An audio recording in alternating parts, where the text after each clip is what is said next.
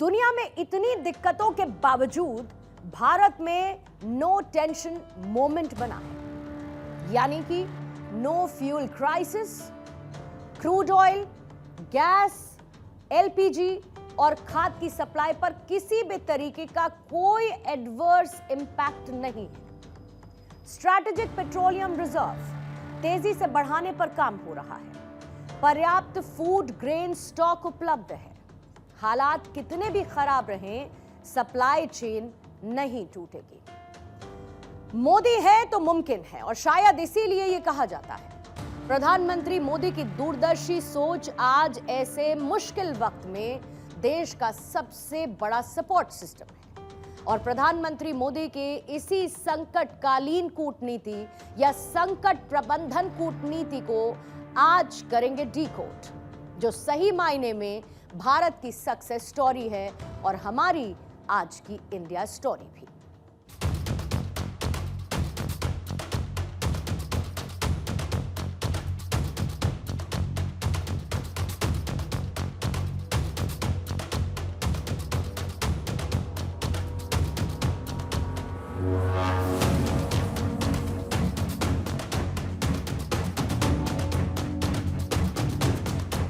आज भारत दुनिया का वो देश है जो अपनी ही नहीं बल्कि विश्व की ऊर्जा जरूरतों का भी ध्यान रख सकता है।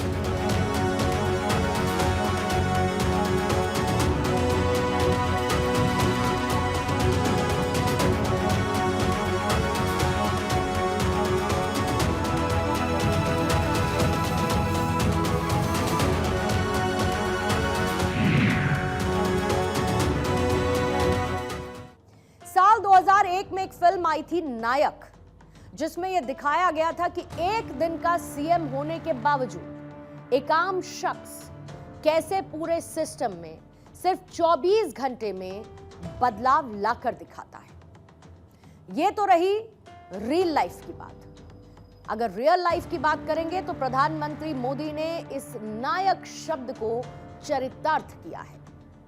पश्चिम एशिया में जंग रुकने का नाम नहीं ले रही।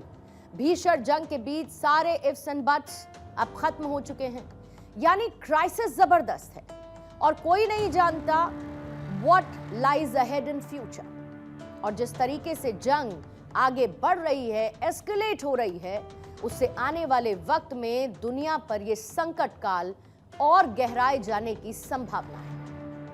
अब इस टेंस सिचुएशन के बीच भी अगर भारत ने न केवल अपने नागरिकों को बचाया बल्कि अपनी अर्थव्यवस्था को भी ढह जाने से रोका है, तो यह अपने आप में कीर्तिमान है। And how prime minister Modi's vision make these things happen, इसको आपको कुछ पॉइंटर्स के जरिए मैं समझाना चाहती हूं। ऑपरेशन सिंधु, जान की सुरक्षा।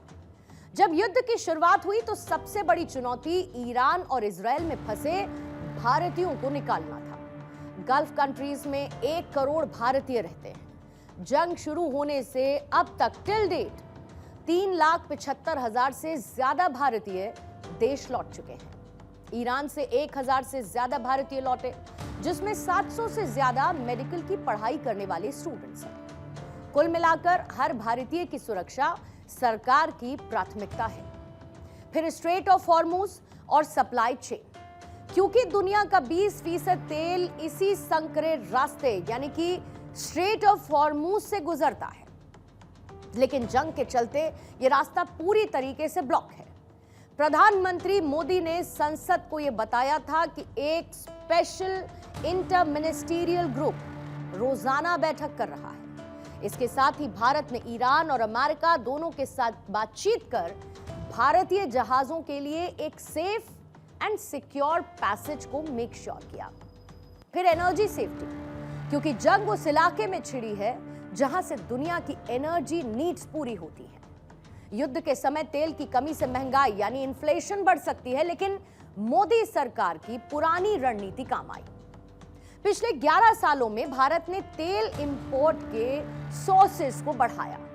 प्रधानमंत्री मोदी की सोच का नतीजा है कि ऑयल सोर्सेज रिसोर्सेज कभी सिर्फ 27 हुआ करते थे, जो अब बढ़कर 41 हो चुके हैं। पीएम की कूटनीति थी कि अमेरिका के दबाव के बाद भी भारत को अस्थायी रूप से रूस से रियायती तेल खरीदने की अनुमति अमेरिका ने दी, ऐसा अमेरिका ने क्लेम किया, ताकि भारतीय अर्थव्यवस्था पर युद्ध का बोझ ना पड़े, जिसका इंपैक्ट है कि भारत के पास इस वक्त 53 लाख मीट्रिक टन का कच्चे तेल का भंडार सुरक्षित रखा है, जिसे अब बढ़ाकर 65 लाख मीट्रिक टन करने की योजना है।